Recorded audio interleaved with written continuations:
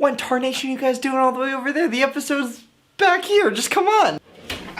We get right into it. Our commander walks over and talks to the booker and says, well, what am I supposed to do now? And the booker goes, well, you need to take Marcus to the Empire, just like you were hired to. And he goes, oh, that's a really good point. I forgot that that's the whole point of everything that I've been doing this entire time. So Commando goes and he starts to take Marcus to see everybody. And as Marcus is walking around looking at this entirely new planet, new information, he goes and looks at everyone and goes, look at all of them chickens. And then they get to the Empire and he says, hey, don't touch him. And then the Empire girl goes, I'm gonna do whatever the heck I want. And Commando goes, dang it, they really got me with that good comeback. Frick, it's really toasty in here, dude. So they get in there and then the very old man that I'm gonna start to refer to as Pre-Dust, and I'm referring to him as Pre-Dust for one of two reasons. One, I'm gonna call another shot and say that a shot out of the Duster 2000, see what I did there? I used the word shot 2 times in a row. That's good writing. And I'm gonna think that he gets shot by the Duster 2000 at some point because he seems like a bad guy, and if we know anything that he's ever been able to do a little bit competently, is shoot people with the Duster 2000 if he happens to maybe this time remember to even freaking use it. I'm also calling him that because they somehow found the oldest man in the entire galaxy to do this, and I'm very scared that at some point a window's gonna open and a wind's gonna hit this man and all of his bones are gonna turn to dust. But somehow, yep, you guessed it, they did it. They grabbed this man and they convinced him to go talk to a known, crazy, rebellious bounty hunter who's known to have an attitude problem. How do they ever convince him to do it? That's really crazy. And then somehow Commando goes, alright, I did it, and here's all the thing, and everybody's acting like he's like this really cool, like dope baller for getting this done. And again, he's done nothing but get assist this whole time. He is the freaking Aberman to the Charlie Conway, and I don't even know who the Charlie Conway is! Pre-Dust walks over and he picks up something that looks like a futuristic space, less carryable and less easy to manage briefcase for outer space times, and he says, here's the payment, and then he puts the payment down, and he opens it up. Our boy's about to get paid. And who's our boy you're guessing?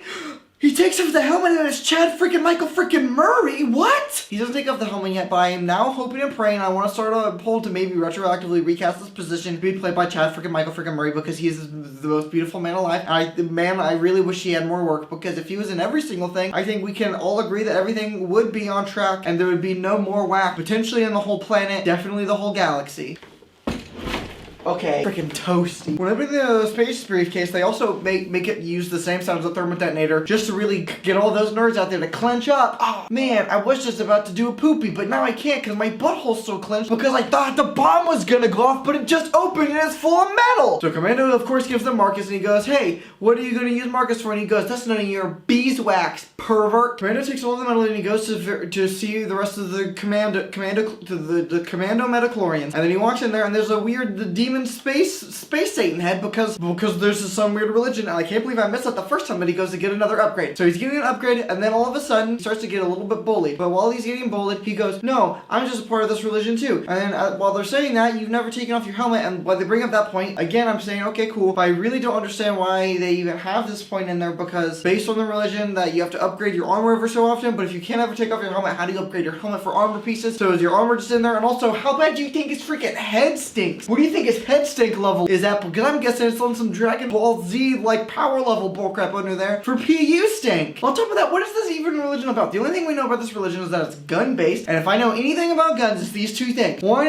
if they also include pump stocks in this, I'm canceling all of you Disney, and two, Trump has something to do with it, and all of these plot holes and all of this weirdness in the freaking theology of this dumb space religion, and somehow it still happens to make more sense than Scientology. Then this big bully guy named Brick, I guess, because he's a bully and they didn't tell us his name, so I think legally speaking he has to have at least his first, middle, last, or all three of those names be Brick. So Brick walks up and he goes, this guy worked for the Empire and that's really poopy of him. And then the girl goes, you need to lay off of him because it's not actually that poopy because our strength used to come from all of the numbers that we had, but then the Empire killed all of us.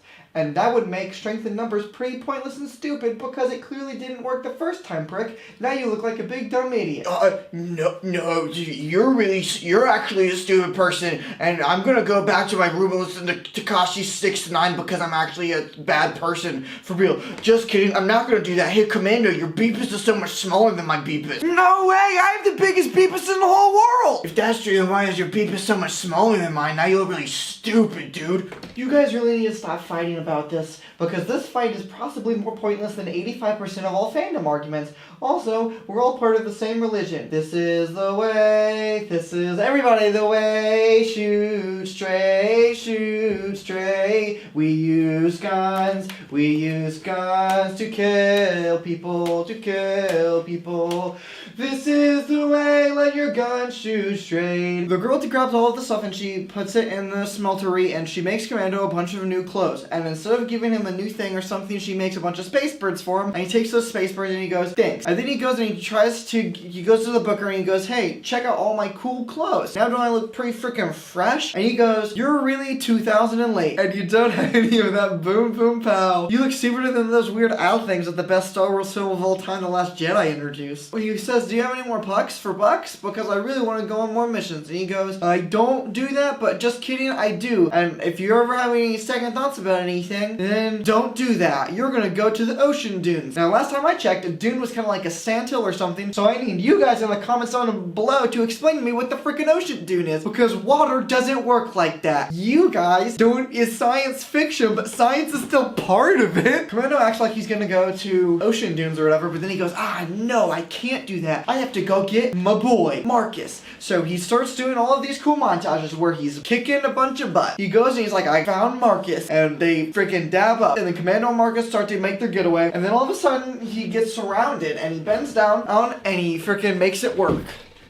Just kidding, he bends down like he's gonna put down Marcus, but then he kicks a butt by tricking a butt. So in this specific instance, a butt tricked does equal a butt kicked because he shot them with a bunch of he shot them with the Yondu gun, but it's in a different, and it keeps running. The Booker's there, and then Commando starts to get his butt kicked again. And then Commando and Marcus get super penned, and he doesn't really know what to do when all of a sudden the boys show up, because boys always support boys. I was all ready to do a really good joke about how it was getting so very hot and toasty in here, and the reason I moved so close to the camera is because I of course had to take off my pants. But it was of course a joke, and it turns out the real reason I was just toasty is the fact that I kid you not, after those few farts I just did, shortly after I had to stop recording and sprint to the bathroom just over there, because I did almost poop my pants despite the fact that I was less than 11 steps away from it. He gets away and the Booker tries to stop him, and then he shoots him with a gun, and then Marcus and Commando make their getaway. It's the end.